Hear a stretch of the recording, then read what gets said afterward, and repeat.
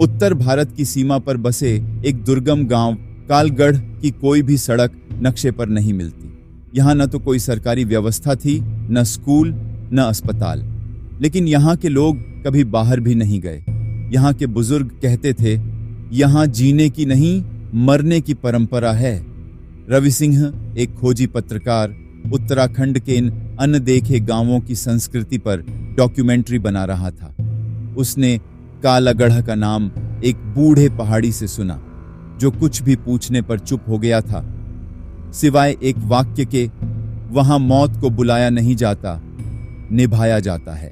जिज्ञासा ने रवि को चैन से बैठने नहीं दिया। गूगल मैप्स पर यह गांव नहीं था। एक नक्शानवीस की मदद से वह आखिर उस गांव की सीमा तक पहुंच गया। दूर से देखा, एक धुआंधार घाटी में बसा गांव। हर छत पर लाल झंडे लगे थे और शाम होते ही हर घर में दीप जल उठते थे, जैसे किसी विशेष पूजा का समय हो। गांव में घुसते ही एक अजीब सी खामोशी थी। न कोई बच्चे दिखते, न ही कोई जवान। सबके सब बुजुर्ग थे, एक जैसे वस्त्र पहने, सिर झुकाए चलते हुए।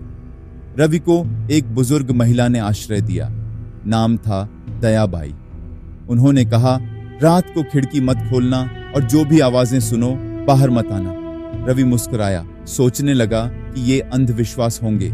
लेकिन जैसे ही रात के 10 बजे पूरे गांव में ढोल और शंख की आवाजें गूंजने लगीं और दूर पहाड़ियों की ओर से एक अजीब सी कराहट आने लगी। वह खिड़की से झांका। सैकड़ों दिए हाथ में लिए लोग एक लंबे जुलूस में पहाड़ी की ओर बढ़ रहे थे और उनके बीच में एक बुजुर्ग व्यक्ति को फूलों की सेज पर ले जाया जा रहा था, जैसे कोई बारात हो। मगर वो बुजुर्ग जिंदा था और रो रहा था। अगली सुबह रवि ने दयाबाई से पूछा, कल रात क्या हुआ था? दयाबाई बोली, परंपरा निभी, रमाशंकर की मौत का वक्त आ गया था। मतलब यहाँ हर व्यक्ति की मृत्यु की तिथि जन्म लेते ही तय कर दी जाती है। जब उसका समय आता है तो उसे मृत्यु पर्व के माध्यम से पहाड़ी की चोटी तक ले जाकर छोड़ दिया जाता है। वहां काल घाट है, जहां से कोई लौट कर नहीं आता। रवि को विश्वास नहीं हुआ। तो वो लोग खुशी से किसी को मरने भेजते हैं?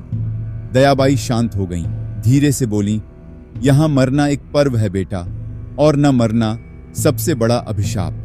रवि ने तय किया कि वह उस काल घाट तक जाएगा। अगले दिन वह चुपके से पहाड़ी की ओर निकल पड़ा। 2 घंटे की चढ़ाई के बाद वह उस स्थान पर पहुंचा जहां कल रात लोग गए थे। वहां एक विशाल गड्ढा था और गड्ढे के चारों ओर जलती मशालें। हवा में राख तैर रही थी और कुछ अधजले फूल। तभी उसे एक छाया भागती दिखी। कोई जंगल की ओर दौड़ा जा रहा था। रवि उसके पीछे गया। उसे गुफा दिखी। वहां रमाशंकर जिंदा था। छुपा हुआ रमाशंकर ने कांपती आवाज में कहा, मैं भाग आया, लेकिन वे मुझे ढूंढ लेंगे। ये सब क्या है? रवि ने पूछा।